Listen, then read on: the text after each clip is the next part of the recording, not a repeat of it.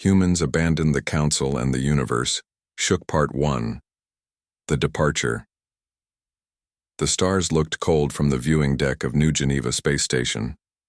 Ambassador Olivia Wright watched them with tired eyes.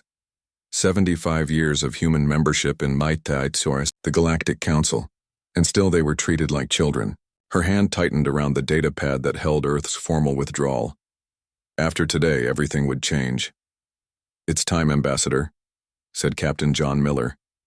He stood tall in his blue Earth Space Force uniform, his face showing no emotion, but Olivia had known him long enough to see the anger in his eyes. "Is the ship ready?" she asked. "The ESS Horizon is prepared for immediate departure once the announcement is made. Admiral Carter has already put Protocol Prometheus into action." Olivia nodded. "Then let's not keep the Council waiting any longer." The Council chambers were a massive dome with seats for representatives of 47 species. Humans had only observer seats at the back. After 75 years, they were still not good enough for full membership. As they entered, the alien representatives were already arguing about trade routes and defense spending. Few even noticed the humans. Captain Miller escorted Olivia to the speaker's platform and then stood back. This was her moment. The High Speaker Elunai, a tall, blue-skinned alien with telepathic abilities, noticed them first. She tapped her staff on the floor 3 times and the chamber slowly fell silent. "The representative from Earth wishes to address the Council," Elunai announced, her voice echoing. She gave Olivia a small nod. Of all the Council members, Elunai had been the most fair to humans. Olivia stepped forward. The floating camera drones zoomed in on her face, broadcasting her image across thousands of worlds. "Honorable members of the Galactic Council," she began, "for 75 years Earth has been a probationary member of this body. For 75 years we have followed your regulations. We have shared our resources, our knowledge, and our blood when called upon to defend Council worlds." She paused, looking directly at Councillor Zexithar, the reptilian representative from the Arthurian Empire. Earlier that day, his vote had been the deciding one to extend Earth's probation for another 50 years. Yesterday, a group of pirates attacked 3 human colony ships in our sector. The Council denied our request for help, saying we should wait for proper authorization. Instead, our ships handled the threat ourselves, saving over 2,000 lives. Murmurs spread through the chamber. Councillor Zexithar's scales darkened with anger. "And for this act," Olivia continued, "for protecting our own people when you would not, you have once again deemed us too aggressive and evolutionarily immature. You have extended our probation for 50 more years." She raised the data pad so all could see it. "Humanity will not wait another half-century to be seen as equals. As of this moment, Earth and all human colonies formally withdraw from the Galactic Council. We will chart our own course among the stars." The chamber erupted in shouts and protests. Some representatives stood, pointing and yelling. Others turned to their neighbors in shock. Zexithar hissed loudly, his forked tongue flicking out in anger. Elunai struck her staff against the floor repeatedly, trying to restore order. "Ambassador Wright, this is highly irregular. The Council must vote on whether to accept." "With respect, High Speaker," Olivia interrupted, "our withdrawal is not a request. It is a notification. The Council's own charter, Section 18, allows any probationary member to withdraw at any time. We are simply exercising that right." Captain Miller stepped forward, standing beside Olivia. "Earth ships are already removing our personnel from Council facilities. We will maintain basic diplomatic relations, but all military and economic agreements are hereby suspended." Zexthar rose to his full height, nearly 3 meters tall. "This is simply another emotional human outburst. You cannot survive without Council protection and trade." Olivia smiled thinly. "We managed for thousands of years before we met you, Counselor. I think we'll manage again." She turned and walked out of the chamber with Captain Miller at her side. Behind them, the arguments grew louder. Back on the ESS Horizon, Olivia watched through the view screen as New Geneva Space Station grew smaller. The ship's engines hummed as they prepared to jump to faster-than-light speed. Message from Admiral Carter, Ambassador, said the communications officer. Admiral William Carter's face appeared on the screen. His gray hair was neatly trimmed, his expression serious. Protocol Prometheus is proceeding as planned, he reported. All human ships have been recalled to Earth space. The Mars colony governor is unhappy but complying. The deep space mining operations are already moving to the air. Backup locations we prepared. And the research stations? Olivia asked. Dr. Martinez reports that Project Pathfinder is ahead of schedule. Within 5 years, we may have FTL drives that don't rely on Council-controlled pathways. Olivia nodded. The Council thinks this is just an emotional reaction. They expect us to come crawling back within months. Captain Miller joined the conversation. They've never understood humans, have they? We don't give up that easily. No, Admiral Carter agreed. And they're about to learn what humans can do when we're not held back by their rules and traditions. The stars outside the view screen stretched into lines as the ESS horizon jumped to FTL. Olivia felt a weight lift from her shoulders. For decades, she had fought for human dignity in the Council, always being patient, always following their rules. That time was over. Captain, she said, please set course for Earth. We have a lot of work to do. As the ship raced through the darkness between stars, news of humanity's departure spread across the galaxy. On most Council worlds, it was dismissed as unimportant. Humans were just primitives having a tantrum, they said. They would return when they realized how dangerous the universe truly was. But on a few worlds, leaders looked at the situation more carefully. They remembered how quickly humans had advanced, how creative they were in solving problems. They remembered how humans had helped smaller species when the Council would not, and they wondered if perhaps the galaxy was about to change in ways the ancient Council could not imagine. In her office on Earth, Dr. Susan Martinez reviewed the final plans for the revolutionary propulsion system. Without Council restrictions, she could finally try the approaches they had forbidden as too risky. She smiled as she thought about how surprised the aliens would be when they saw what humans could really do. The stars looked different from Earth that night. They no longer seemed cold and distant. They looked like opportunities, and humanity was ready to seize them. Humans abandoned the Council and the universe. Shook Part 2. The Self-Sufficiency. 5 years passed since humanity left the Galactic Council. The stars no longer seemed so distant. On Titan, Saturn's largest moon, Dr. Susan Martinez stood in front of a large window overlooking the methane lakes. Her breath made small clouds in the cold air of the research station. "Are you ready to test it again?" asked Director Alan Foster. He was a tall man with dark skin and keen eyes that missed nothing. Susan nodded. "The new drive is ready. If it works, we'll never need the Council's pathways again." The test ship sat on the launch pad outside. It was small, just large enough, for instruments and the new faster-than-light drive. Susan had spent 4 years developing it, working with a team of the best minds from Earth and Mars. "Governor Rodriguez is watching the test from Mars," Alan said. "She's still not sure about this whole independence thing." Susan smiled. "Patricia was always careful. That's why Mars colony survived when others failed. But even she will have to admit this is a game changer." They walked to the control room where Chief Engineer Kyle Bennett was making final adjustments. His fingers moved quickly over the controls, his face focused on the screens. "All systems are green," Kyle reported. "No Council observers in the area. We're clear to test." Susan took a deep breath.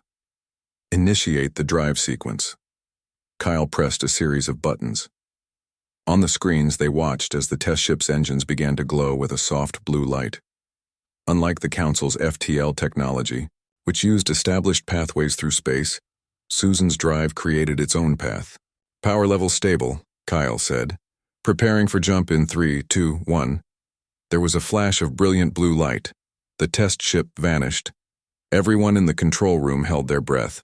According to Susan's calculations, the ship should reappear at the edge of the solar system in approximately 4 minutes. If it worked, humanity would have truly independent faster-than-light travel for the first time. "Any sign of the vessel?"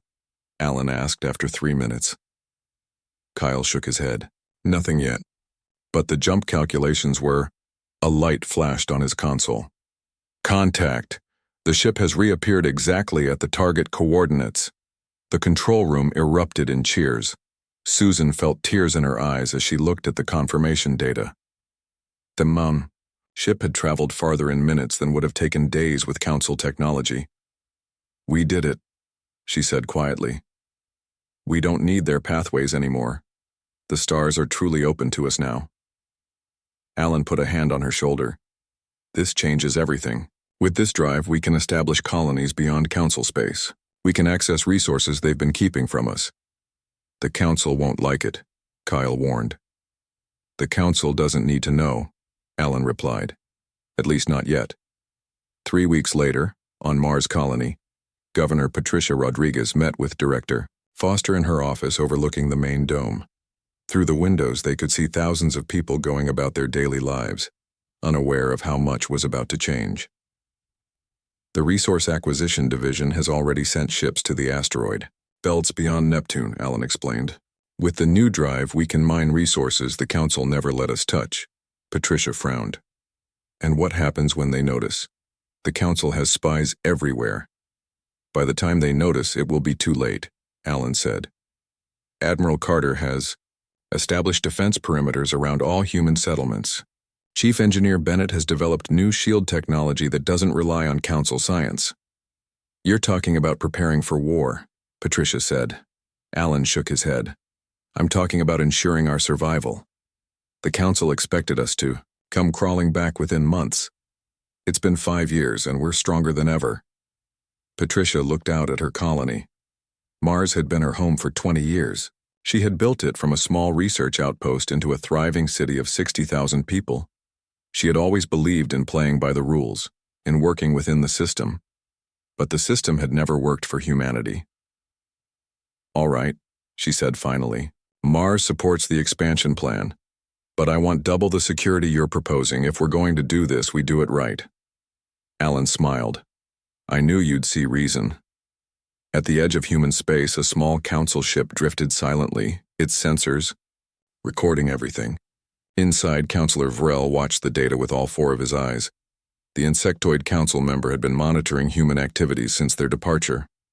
Fascinating, he chittered to himself. They've developed a new propulsion system. Much more efficient than expected. He sent the data back to Council headquarters through secure channels. For 5 years, he had been warning the Council about human advancements. For 5 years, they had ignored him. The humans were supposed to be struggling without Council support. Instead, they were thriving. Their colonies were expanding. Their technology was advancing at an alarming rate. They had even formed trade agreements with several non-Council species. Vrel's antennae twitched nervously. Something big was happening in human space, and the Council was too blind to see it. On Earth, Admiral William Carter stood in the command center of Earth Defense Headquarters. The large screen showed the positions of all human ships and settlements. Green dots representing the new defense platforms surrounded Earth, Mars, and the other major colonies. A woman in a crisp uniform approached him. Sir, the diplomatic report from the border region. Carter took the report. Thank you, Commander Harris. Laura Harris was one of his best officers, recently given command of the patrol vessel ESS Vigilant. She waited as he read the report. The Council is finally starting to take notice, Carter said. They've increased patrols near our mining operations. Should we pull back? Laura asked. Carter shook his head. No, we hold our ground. They won't risk a confrontation. Not yet. And our agreement with the Tyrellians? Proceeding as planned. Their technology complements ours nicely. And they're happy to have an ally against Council pressure. Laura nodded. Never thought I'd see the day when humans had alien allies outside the Council. Times change, Carter said. 5 years ago, we were begging for scraps from the Council table. Now we're building our own table and others want a seat. That night, Susan Martinez stood on the observation deck of Titan Research Station. The new prototype ship was being prepared for its first long-range test. If successful, it would travel to Proxima Centauri and back in less than a day.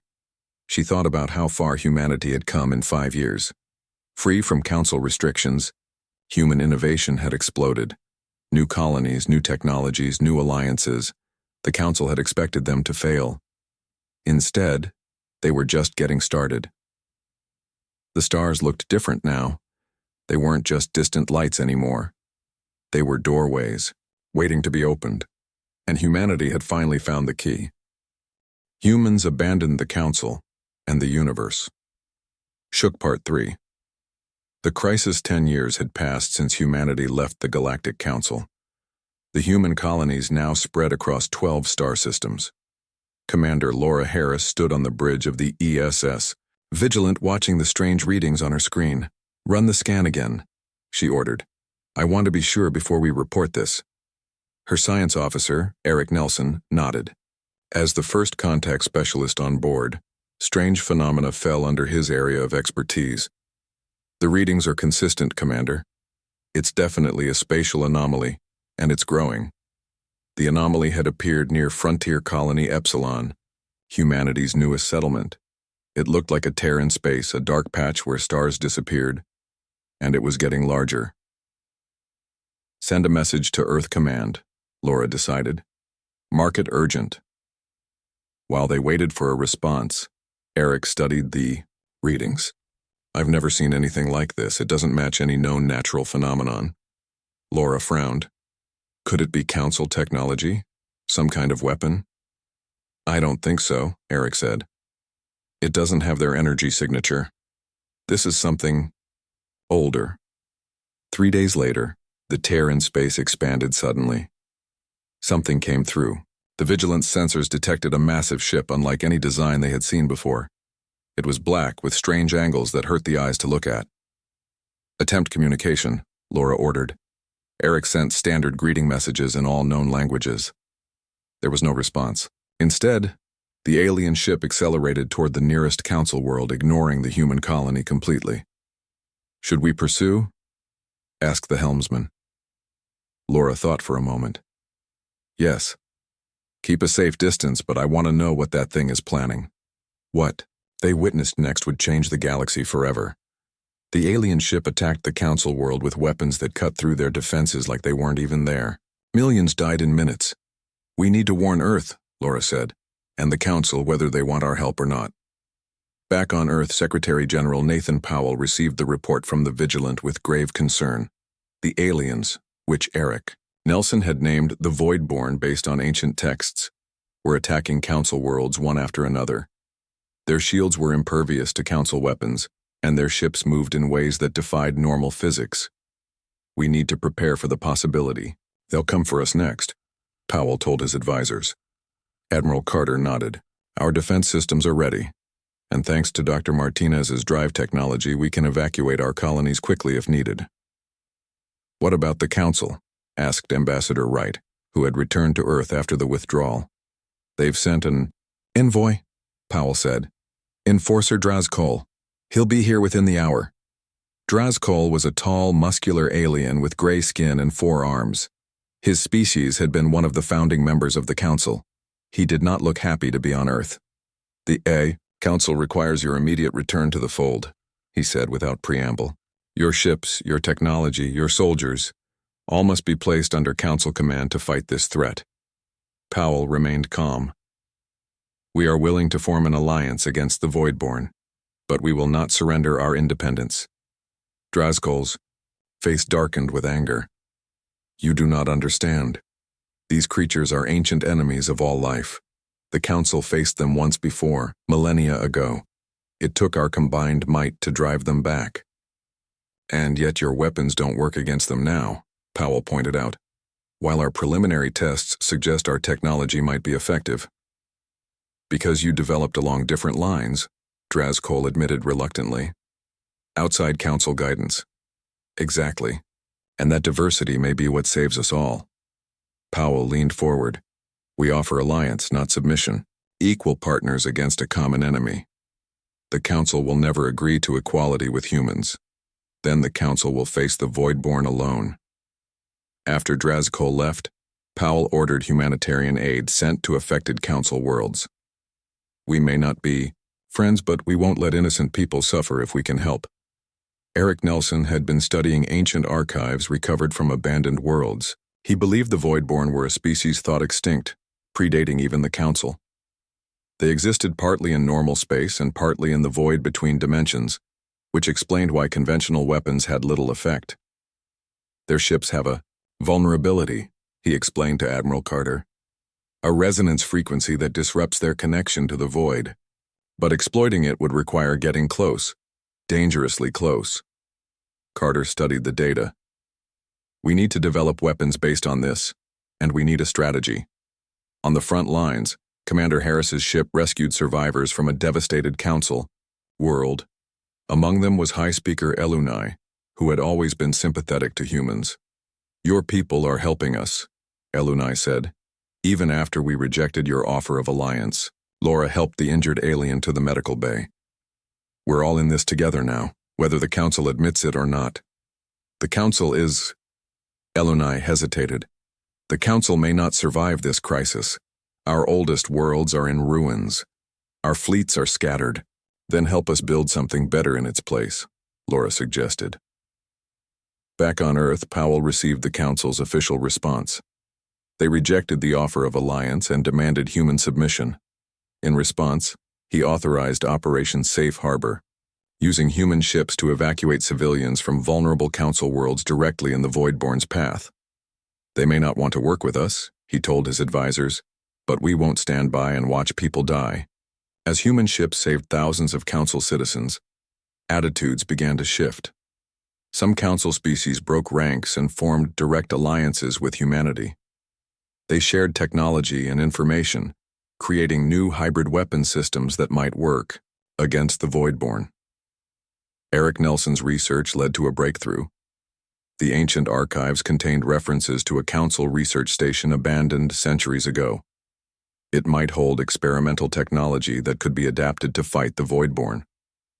Joint team of humans and allied aliens set out to find it. Among them was Dr. Martinez, whose drive technology had expanded human reach through the stars. It's ironic, she said, as their ship jumped to FTL.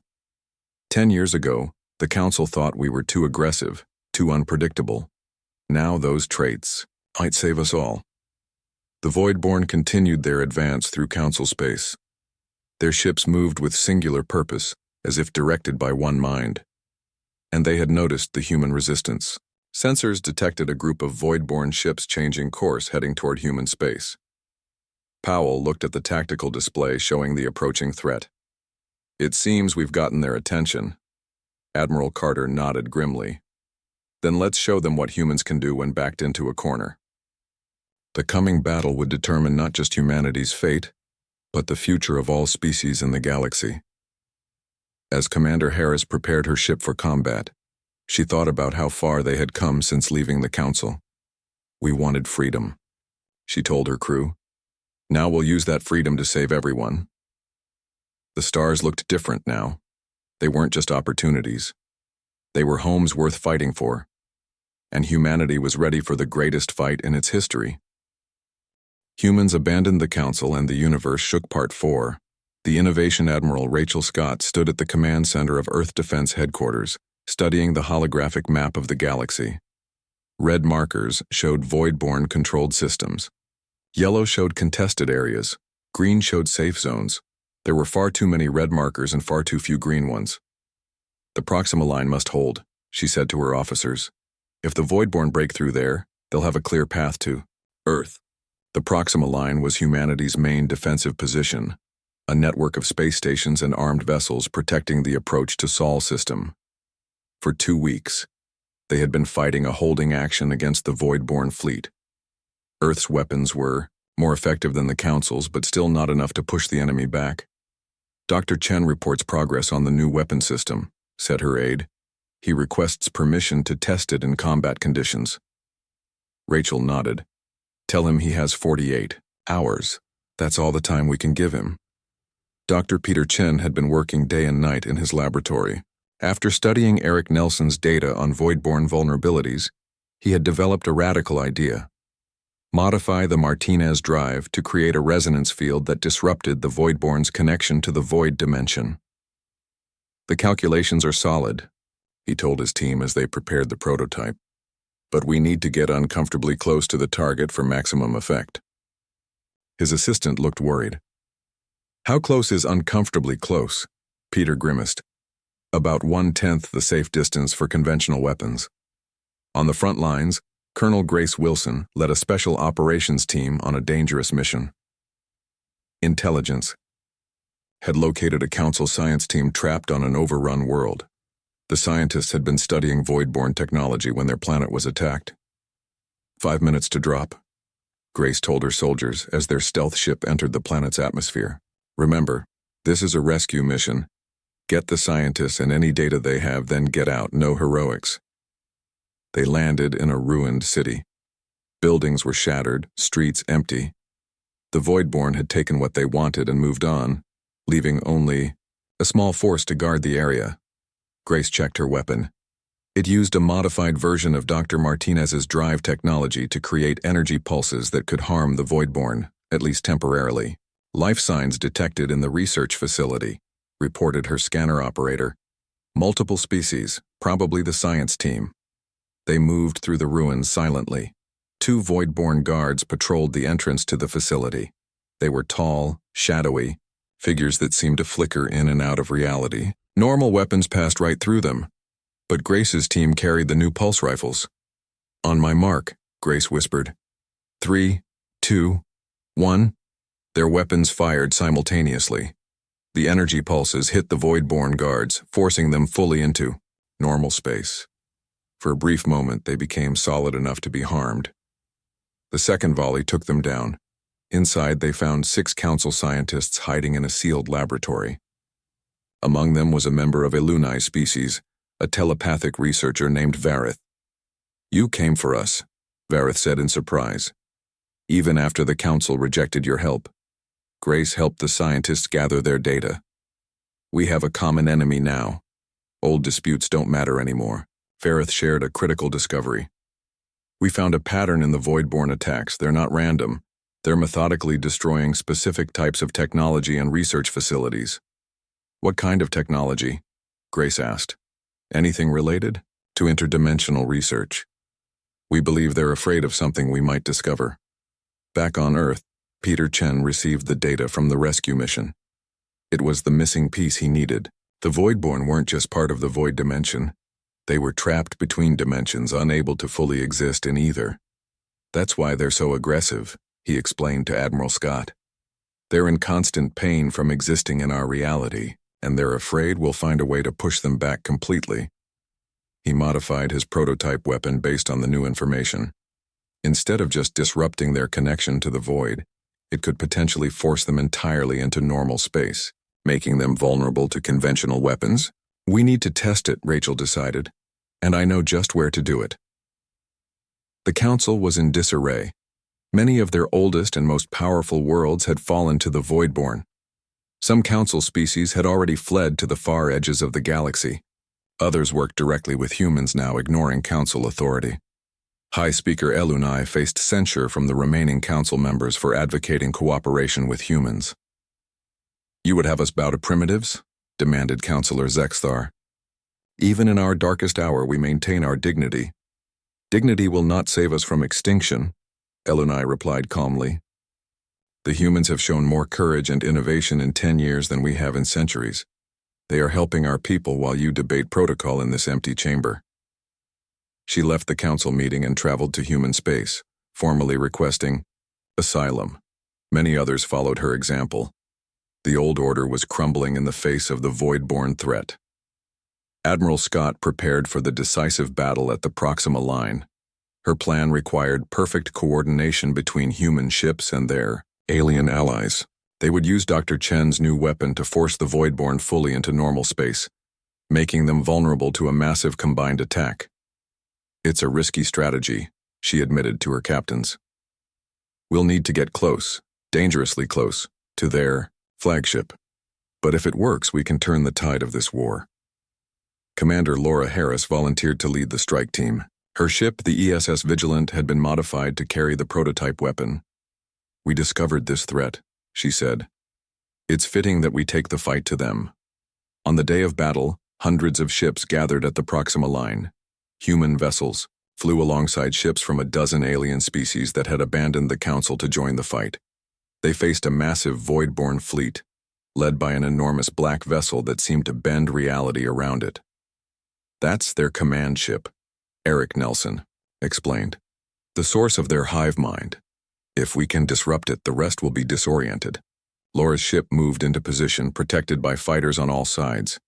The Voidborn noticed the small vessel approaching and concentrated their fire on it. Shield after shield failed under the assault. "We need to get closer," Dr. Chen said from his station on the Vigilant. 5,000 kilometers, 3,000, 2,000, now." Laura gave the order. "Activate the resonance device." The modified Martinez drive powered up, creating a field of energy that expanded outward from the ship. It hit the Voidborn command vessel, and for a moment nothing happened. Then the massive ship began to shimmer, its edges becoming solid and defined. "It's working," Chen exclaimed. "They're being pulled fully into our dimension." Admiral Scott watched from her command ship. "All vessels target the command ship, fire everything we have." The combined fleet unleashed a devastating barrage against the now vulnerable Voidborn flagship. For the first time in the war, their weapons caused real damage. The Voidborn vessels began to retreat, moving away from the resonance field as quickly as possible. The hive mind had recognized the danger and was pulling back to regroup. It wasn't a complete victory, but it was the first major success against the seemingly unstoppable enemy. As the human fleet regrouped, Admiral Scott received word that other Voidborn attacks across the galaxy had suddenly ceased. "They're afraid now," she told her officers. "They know we can hurt them, and that changes everything." The stars looked different now. They were no longer just homes to protect. They were beacons of hope in the darkness. And humanity had given that hope to the galaxy. Humans abandoned the Council and the universe. Shook Part 5. The New Order. 3 months had passed since the battle at the Proxima Line. The Voidborn had retreated to the edges of known space, regrouping after their first major defeat. This brief respite gave the Allied forces time to prepare for the final confrontation. Fleet Admiral John Miller, once just a captain escorting Ambassador Wright from the Council chambers, now stood on the bridge of the ESS Defiant, humanity's most advanced warship. The vessel carried 20 of Dr. Chen's resonance weapons, modified to be even more effective against the Voidborn. "All ships report ready, Admiral," said his first officer. John nodded. "Then it's time. Begin the jump sequence." The massive Allied fleet, over 500 ships from 27 different species, jumped to faster-than-light speed together. Their destination was the Void Rift, where sensors had detected the largest concentration of enemy vessels. Intelligence suggested this would be the decisive battle of the war. Director Susan Martinez, who had given humanity independent FTL travel years ago, was now responsible for the Joint Technological Development Program. She watched from Earth as the fleet departed. "Do you think they stand a chance?" asked her assistant. Susan smiled confidently. "With Peter's weapons and humanity's determination? Yes. And we have something the Voidborn don't expect." That something was waiting at the battlefield, a network of specially designed satellites, each carrying a modified resonance device. Once activated, they would create a massive field forcing the Voidborn fully into normal space. The Allied fleet exited FTL at the edge of the battlefield. Before them stretched the largest collection of Voidborn ships anyone had ever seen. Thousands of the black angular vessels surrounded what appeared to be a larger version of the rift they had first emerged from. "They're trying to open a permanent gateway," reported Eric Nelson, who had become the leading expert on Voidborn technology. "If they succeed, their entire civilization could pour through." John opened a channel to all ships. "This is Fleet Admiral Miller. Today we fight not just for our own survival, but for the future of the galaxy. Humanity stands with you all." Ships from former Council worlds acknowledged the message. Many were commanded by aliens who had once looked down on humans as primitive. Now they followed human leadership without question. "Deploy the resonance satellites," John ordered. Small, fast vessels raced ahead of the main fleet, placing the satellites in a sphere around the void-born armada. The enemy noticed too late what was happening. They sent ships to intercept, but the satellites were already in position. "Activate the network," John commanded. The satellites powered up simultaneously, creating a massive resonance field that enveloped the entire void-born fleet. The effect was immediate and dramatic. The shadowy vessels became solid, their ability to shift between dimensions temporarily blocked. "All ships, engage. Focus fire on their command vessels." The battle that followed was unlike anything seen before in the galaxy's long history. The Allied fleet, though outnumbered, had the advantage of the resonance field. Their weapons tore through the now vulnerable void-born ships. The void-born fought back desperately. They still had powerful weapons, and many Allied ships were lost in the first hour of battle. But they could not escape the resonance field, and they could not return to their half-existence between dimensions. On the ESS Defiant, a message arrived from the enemy. It was the first direct communication anyone had ever received from the Voidborn. They're asking for terms," Eric said in disbelief. "They want to negotiate." John was suspicious. "It could be a trick." "I don't think so," Eric replied. "The message contains information about their nature that matches my research. They say they were trapped between dimensions by the ancient ancestors of the Council species. They've been trying to get home for millennia." John considered this. "New information. Can we verify this?" "Some of it, yes. The records we recovered from abandoned Council research stations mention a war with Dimension Walkers long ago." After consulting with Earth Command, John agreed to a ceasefire. Representatives from the Voidborn would meet with the Allied leadership on neutral ground to discuss terms. 2 weeks later, on New Earth Station, the meeting took place. Ambassador Olivia Wright, who had started humanity's independent journey by walking out of the Council chambers 10 years ago, now represented not just Earth, but the entire Allied coalition. The Voidborn representative was a tall, humanoid figure that seemed to flicker slightly at the edges. "We have fought because we had no choice," it said in a strange, echoing voice. "Your ancestors trapped us between realities, neither here nor there, always in pain." High Speaker Elunai, representing the former Council species, looked troubled. "Our ancestors did this?" "Long ago, yes. You forgot. We never could." Ambassador Wright proposed a solution. "Dr. Martinez and Dr. Chen believe they can modify the resonance technology to create a stable pathway back to your home dimension. Not a weapon to push you out of our reality, but a door to let you return home." The Voidborn representative was silent for a long moment. "This is possible?" "We believe so. In exchange, you will end all hostilities and help repair the damage done to inhabited worlds." The agreement was made, though it would take time to implement. As the meeting concluded, Councillor Zexathar, one of the few remaining loyal council members, entered the chamber. "You have no authority to make such arrangements," he declared.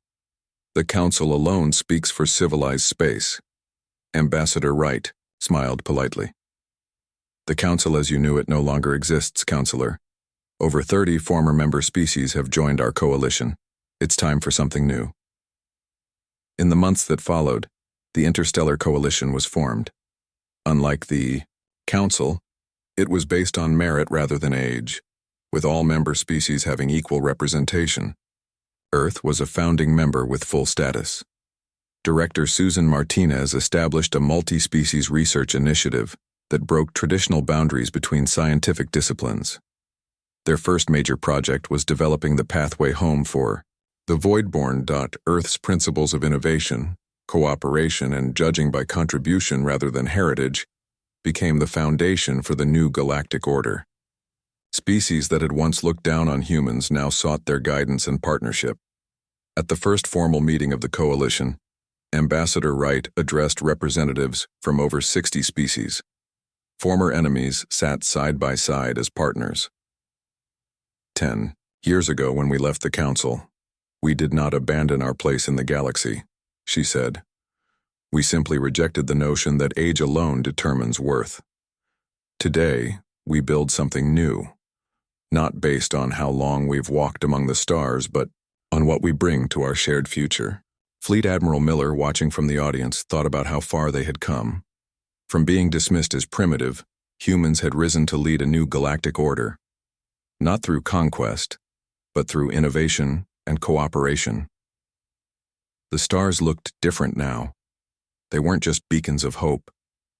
They were bridges between worlds, connecting a diverse community of species working together to build a better future for all. And it had all started with the courage to walk away from a system that no longer served them. The universe has indeed shaken, Ambassador Wright concluded her speech. But from its tremors we have built something stronger.